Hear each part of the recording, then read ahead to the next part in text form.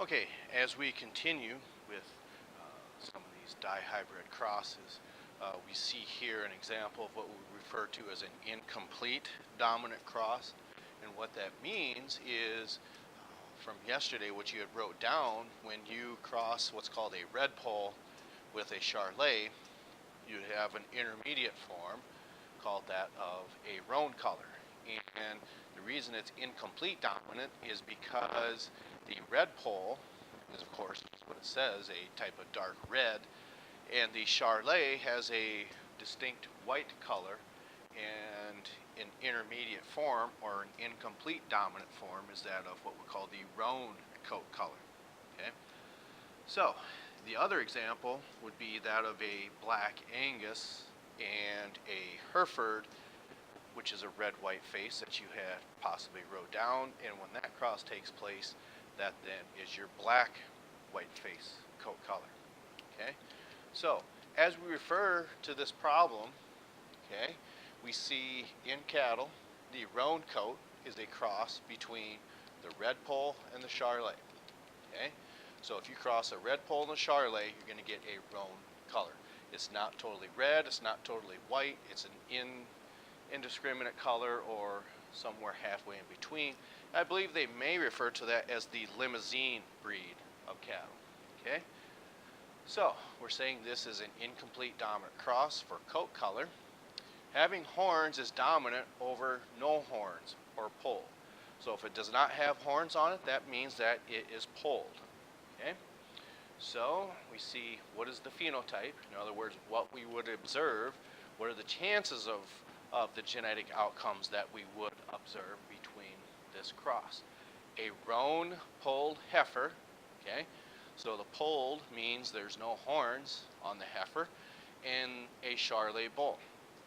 But what we see happening is we don't see anything with that of the bull, okay, in regards to horns. It says, and some of the offspring may have horns. It might not be the first generation or the first time that this bull had a calf with the heifer. Might be maybe the next generation, or maybe after 2 or 3 years, okay, or something to that effect. But it says some of the offspring have horns. So here again, the best thing to do is make that of a key, and we know that if we have this coat color, that is red pole. It's all red. If we have 2 small r's, we know that is the charlet coat color. Okay, and then if we have an intermediate form, or in this incomplete dominant cross, we know we've got the roan coat. Now, when it comes with horns, that is a dominant trait over no horns. So we would have capital H for horns, okay, and lowercase h for no horns or polled. Okay. So the next thing we want to do is set up our cross where it says a roan polled heifer. So our roan coat, according to our key, capital R, lowercase r, that does not have horns. So in other words, if it's no horns or polled, both alleles have to be a lowercase h. So little h, little h. Okay? And it's crossed with a charlet coat color, and the only way we get that is with 2 small r's. Okay.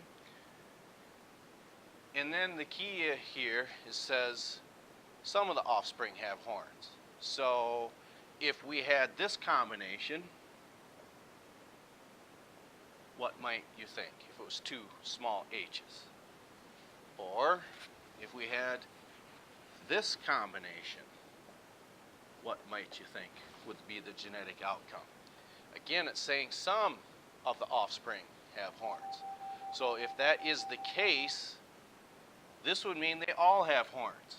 If it was the prior example with 2 small h's, then it would say none of the offspring have horns.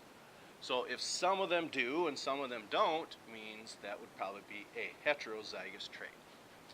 Okay, so we have our cross ready to go, so we can go ahead and put this cross together now and see what our genetic outcomes would be. Okay.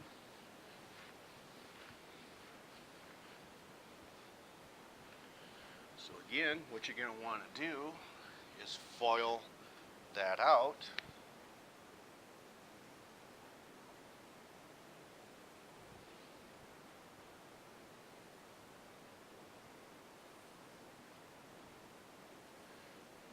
In our 4x4, giving ourselves plenty of room here.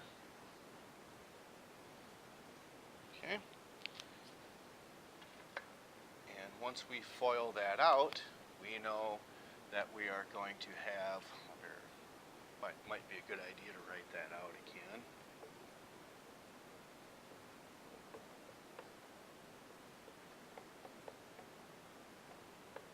Okay, so we foil out the left side, we have big R, H, okay, big R, little H.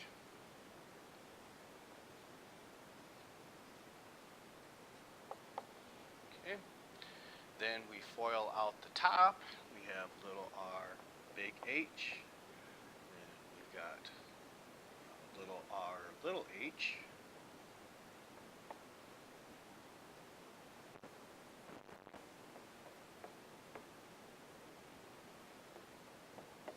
Okay, let's make sure that that's correct. First term, outside term, inside, and then last. Yes, I believe that is correct.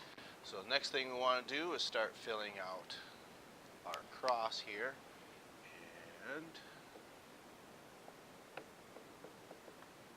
again, it doesn't matter if you go this way or that way, whichever you're more comfortable with.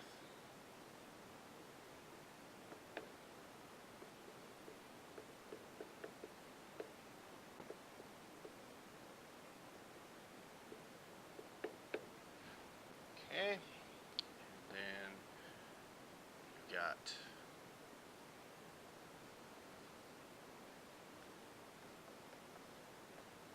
and good handwriting here would probably be the key, and not to rush yourself, because once you do that, you don't want you to make a simple mistake, which is quite easy to do.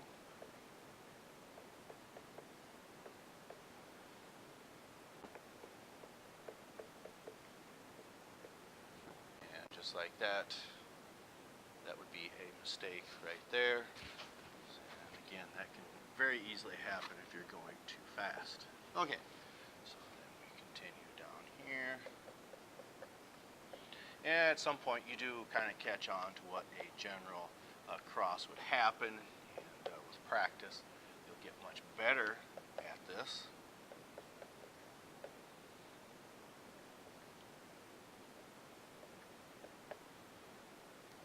Okay.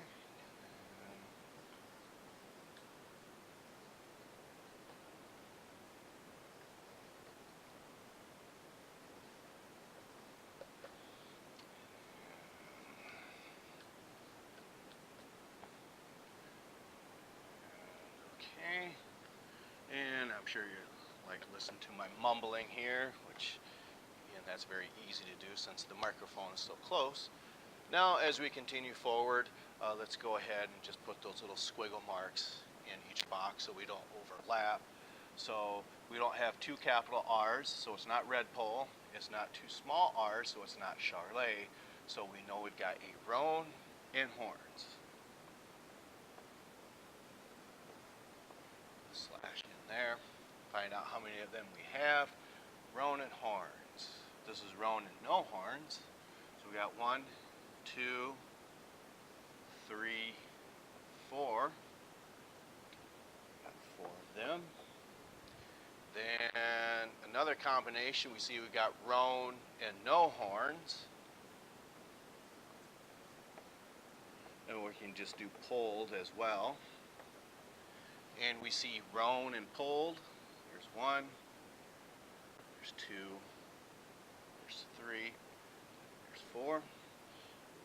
Probably, as you guess, there's probably a general pattern that what we see, since we have the top 8 accounted for, to 4, 6, 8, we're going to see a general pattern that's starting to arise from here. Because as we look down here, each one of these boxes is all white, or excuse me, all little R's, so we know that's going to be Charlet, but we see a Charlet with horns there, and a Charlet with no horns there. So I'm just going to abbreviate that, CHAR and CHAR for the Charlet trait. And let's just go ahead and double check. Here we see Charlet and horns. There's 1, 2, 3, 4. Okay. And then as we go forward, we see Charlet and pulled. And 1, 2, 3. And I do 1 twice.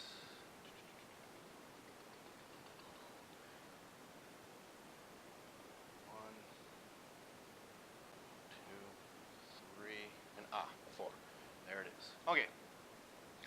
All the little boxes have a squiggle mark in there, so we have not overlapped. So I believe that is correct. Okay. We've got a shortened class period, so you'll be assigned this, and I see tomorrow you'll be given a worksheet over over what some of these crosses are, whether they're pea plants, mice, flowers, or anything to that effect, or maybe even cattle. But we'll pick up and cross that bridge when we get there, and we want to make sure you have your vocab done for Chapter 8 done by Friday, as we'll have a vocab quiz over Chapter 8 at that time. All right, we'll pick up with this tomorrow.